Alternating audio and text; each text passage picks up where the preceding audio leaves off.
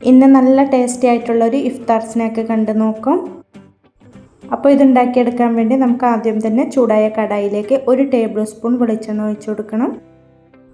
ഇനി ഇത് ചൂടായതിന് ശേഷം 1/2 ടീസ്പൂൺ ഇഞ്ചി വെളുത്തുള്ളി ചതച്ചെടുത്തത്, പിന്നെ ഒരു പച്ചമുളക് കട്ട് ചെയ്തെടുത്തത്, ഇത്രയും ചേർത്ത് കൊടുത്തിട്ട് ഇതൊന്ന് വഴറ്റി കൊടുക്കാവുന്നതാണ്.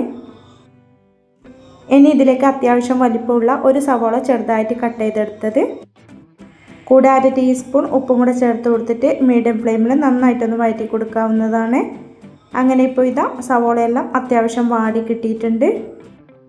ഇനി ഫ്ലെയിം ലോ ഫ്ലെയിമിലേക്ക് ആക്കി കൊടുത്തിട്ട് ഇതിലേക്ക് 1/4 ടീസ്പൂൺ മഞ്ഞൾപ്പൊടി, 1/2 ടീസ്പൂൺ ചിക്കൻ മസാല, പിന്നെ 1/4 ടീസ്പൂൺ ഗരം മസാലയും കൂടെ ചേർത്ത് കൊടുത്തിട്ട് ഈ പൊടികളെ പച്ച ടേസ്റ്റ് ഒന്ന് മാറുന്നവരെ ഇതുപോലെ ഒന്ന് വഴറ്റി കൊടുക്കാം.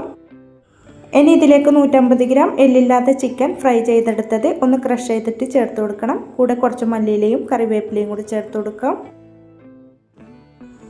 ഇനി ഇതെല്ലാം കൂടി നമുക്ക് നന്നായിട്ട് ഒന്ന് ഇളക്കി യോജിപ്പിച്ച് കൊടുത്തതിന് ശേഷം ഫ്ലെയിം അങ്ങ് ഓഫാക്കി കൊടുക്കാവുന്നതാണ്. ഇനി ഒരു ബൗളിലേക്ക് 2 ടേബിൾ സ്പൂൺ മൈദപ്പൊടി ഇട്ട് കൊടുക്കണം. കൂടെ ഇതിലേക്ക് കുറച്ച് വെള്ളവും കൂടെ ഒഴിച്ച് കൊടുത്തിട്ട് നല്ലപോലെ ഒന്ന് കലക്കിയെടുക്കും. ഒരുപാട് ലൂസായി പോവേണ്ട, ഈ ഒരു കട്ടിക്ക് വേണം നമ്മൾ കലക്കിയെടുക്കാൻ. ഇനി ഇതുപോലെ സമൂസ ഷീറ്റ് എടുത്തിട്ട് ഒരറ്റത്ത് നിന്ന് ഇതുപോലെ ഒന്ന് മടക്കി കൊടുക്കണം. ഇനി ഇതിൻ്റെ സൈഡിലെല്ലാം നമ്മൾ നേരത്തെ കലക്കിയെടുത്ത മൈദ പേസ്റ്റ് ഇതുപോലെ ഒന്ന് ആക്കി കൊടുക്കും. ഇനി നമുക്കിതുപോലെ ഒന്ന് ഫോൾഡ് ചെയ്ത് കൊടുക്കണം. ഇനി ഇതിൻ്റെ അകത്തേക്ക് കുറേശ്ശെ ഫില്ലിങ് ഇതുപോലെ വെച്ച് കൊടുക്കും. ഇനി ഇതിൻ്റെ സൈഡിലെല്ലാം ഇതുപോലെ മൈദ പേസ്റ്റ് ആക്കി കൊടുത്തിട്ട് ഇതുപോലെ തന്നെ അങ്ങ് ഫോൾഡ് ചെയ്ത് കൊടുത്താൽ മതി.